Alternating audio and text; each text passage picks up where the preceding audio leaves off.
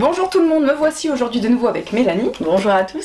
Tu es orthoptiste. Oui. Aujourd'hui on va parler des conseils que tu peux nous passer pour qu'au quotidien on optimise justement la non-fatigabilité de nos yeux, de nos muscles des yeux. Alors, la première chose à faire, c'est qu'il faut considérer que en cette période un peu estivale, c'est l'été, il faut faire attention à la clim, hein, ça assèche.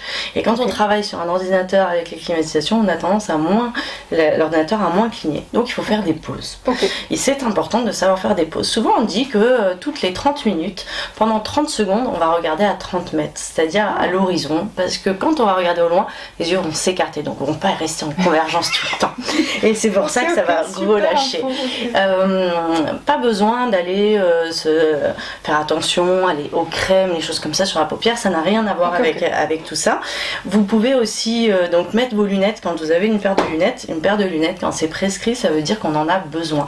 La paire de lunettes de repos, c'est faux. Ça peut faire penser à on en a besoin quand on a besoin de repos. Non, c'est une paire de lunettes de repos, ça veut dire que aujourd'hui vous pouvez être autonome sans les lunettes, mais vous en avez besoin. Donc il faut mettre ces lunettes dès qu'on travaille, dès qu'on est devant un ordinateur. C'est pas grave si quand vous vous levez et que vous allez boire votre café, vous ne les avez pas de suite, mais comme les 3/4 du temps avec le café, vous avez le téléphone, il faut mieux les avoir. Exactement, ouais, c'est des lunettes de travail détente. En fait, c'est des vraies lunettes, mais les gens n'ont pas l'impression parce qu'ils arrivent à vivre contrairement à d'autres personnes. Et c'est dommage parce que donc ils mettent souvent ces lunettes un peu trop tard. Et donc ça, ce n'est pas, faut pas croire que quand on met les lunettes, d'un coup les yeux font ah. Non, ça n'existe pas. Et puis aussi apprendre à faire de vraies pauses, c'est-à-dire que quand on a passé des heures sur l'ordinateur, faire une vraie pause sans son téléphone. Sans écran, tout pourquoi, c'est ça ? Parce qu'il faut vraiment. Donc après, les hygiènes aussi, c'est comme on parlait, c'est les écrans. Donc il faut faire attention à la surexposition des écrans.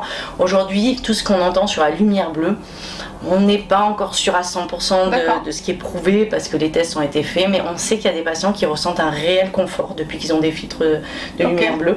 Donc pourquoi pas ? Tant qu'à faire, il faut mieux prévenir que guérir dans quelques années. Donc on n'est pas contre que les gens s'équipent avec les lumières bleues ou mettent sur leur téléphone des filtres de lumière bleue et ainsi de suite. Donc déjà, voilà, si vous avez ça. Et après, un dernier conseil, c'est être à l'écoute. C'est-à-dire être à l'écoute de son corps, être à l'écoute de ses symptômes. Si on se rend compte qu'on a tendance à avoir les yeux ou que votre enfant cligne, a tendance à froncer les yeux, à plus être autant attiré par les coloriages, des choses comme ça, en tant que parent, vous pouvez très bien faire confiance, aller consulter. Voilà, entre 9 mois et 1 an et demi avec 19 voix, vous pouvez aller consulter un orthoptiste sans ordonnance. Avant ou après, vous demandez à votre pédiatre ou médecin généraliste une ordonnance. Ou vous allez voir un ophtalmologue s'il consulte des enfants de moins de 6 ans, parce que ça c'est plutôt compliqué. Entre 2 ans et demi et 5 ans, c'est pareil, sans ordonnance, vous pouvez aller voir un orthoptiste. Et comme ça, il va vérifier tout ça. De toute façon, les dépistages sont fortement conseillés, surtout avant l'entrée au CP, c'est essentiel. Moi j'ai la chance d'avoir un cabinet d'ophtalmo où il y a des orthoptistes et l'orthoptiste fait partie du parcours de soins, donc du coup je la vois à chaque fois. C'est ça. Alors après elle fera pas la partie bilan et création, mais elle va faire vraiment une étude de la fonction et de vérifier s'il y a besoin d'aller plus loin, et ça c'est vraiment très important, parce que c'est bien dommage en fait à arriver au CP, le temps qu'on se rend compte qu'il y a des soucis, au final on arrive à avoir un premier rendez-vous, et parce qu'en France il y a encore dans certaines régions jusqu'à 6 mois, 1 an d'attente pour avoir un rendez-vous chez l'ophtalmologue.